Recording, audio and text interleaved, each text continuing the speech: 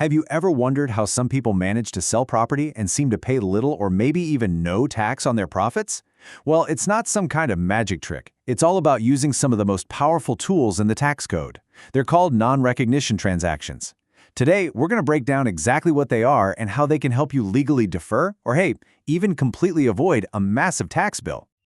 All right, let's just imagine for a second. You sell a house or a rental property, and you make a huge profit. I mean, that's a fantastic feeling, right? But then the tax man comes knocking, and that bill can be surprisingly high, a real shock to the system. So the question is, what if you could legally just postpone paying that tax? Or maybe, just maybe, not have to pay it at all?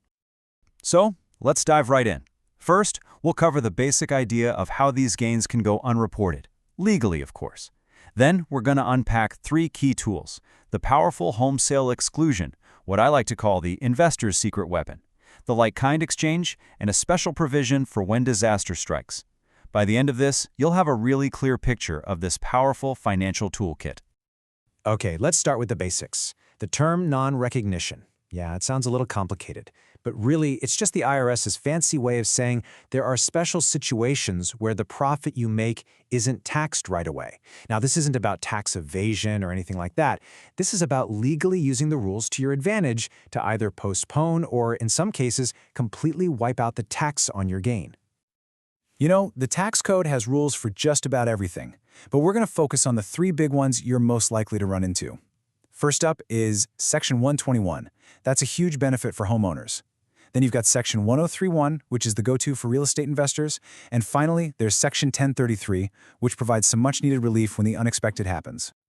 Let's kick things off with the one that helps the most people. It's the home sale exclusion. Honestly, you can think of this as your personal shield against a huge tax bill when you sell the place you actually live in. The best thing about this rule is just how generous it is. I mean, if you follow the guidelines, a massive chunk of your profit just disappears from your taxable income. It's not taxed. So the big question is, just how much profit can you actually shield from the IRS? If you're a single filer, or if you're married and filing separately, you could exclude up to $250,000 of profit. Yeah, let that sink in for a second. A $250,000 gain, completely tax-free. And for married couples who file together, it doubles. You can exclude up to $500,000 of profit. This is an absolutely huge tax break. But, and this is a big but, you don't get it automatically. You have to meet a couple of key tests first. So, to qualify, you've got to pass two pretty simple tests, the ownership test and the use test. Basically, you need to have owned the home for at least 2 years and lived in it as your primary residence for at least 2 years. Now, the key here is the flexibility. Those 2 years don't have to be back-to-back. They just have to add up to 2 years total within that 5-year window right before you sell. And this brings us to another critical rule. Generally, you can only use this powerful exclusion once every 2 years. So take Paula's situation here. She sold her home in Miami and correctly excluded the gain. Great. But then she turned around and quickly sold another home in Tampa for a profit. Well, because it was within that 2-year window, she couldn't use the exclusion again, and that meant her entire gain on the Tampa home was taxable. Okay, so that's a massive benefit for homeowners. But what if you're a real estate investor? Well, there's an equally powerful tool for you, and it's known as the Section 1031 or like-kind exchange. This is how savvy investors can sell a property, take all the profits, and roll them right into a new one without paying taxes right away. The key word here, and it's an important one, is deferral. See, unlike the home sale exclusion, you're not wiping the gain out forever. You're just kicking the tax can down the road. What this lets you do is use your entire profit to buy a bigger or better property, which can just dramatically speed up the growth of your portfolio. This is really the foundation of that whole swap till you drop strategy, where investors can keep deferring gains for their entire lives. Now, the term like-kind might sound a little restrictive, but it's actually incredibly broad. You can swap an apartment building for a piece of raw land, or a commercial office for a couple of rental houses. The main rule is that both properties have to be for investment or business use. And it's really important to note, this now applies only to real property, not equipment or other stuff. Also, you can't use it for your personal home, for properties you intend to just flip quickly, or for any property that's located outside of the U.S.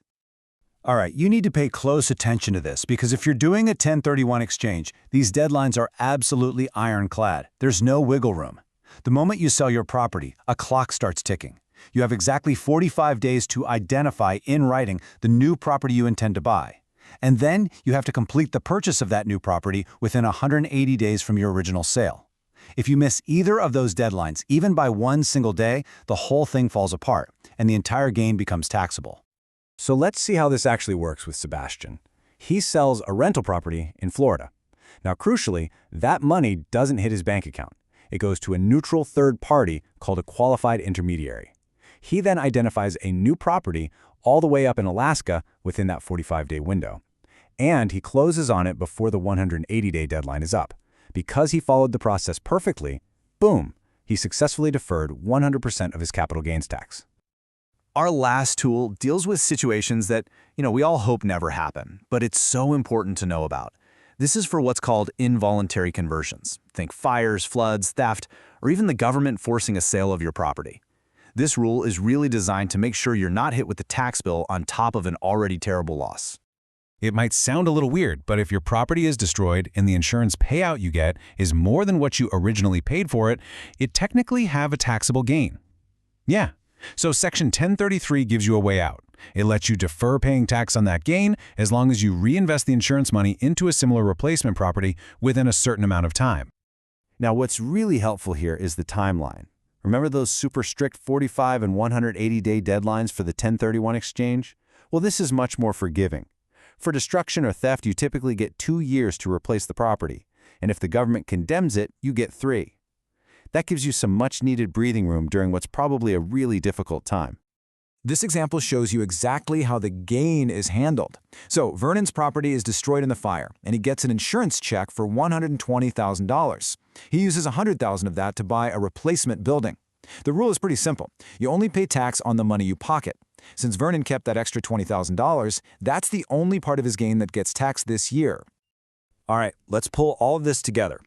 We've looked at 3 very different but all incredibly powerful tools.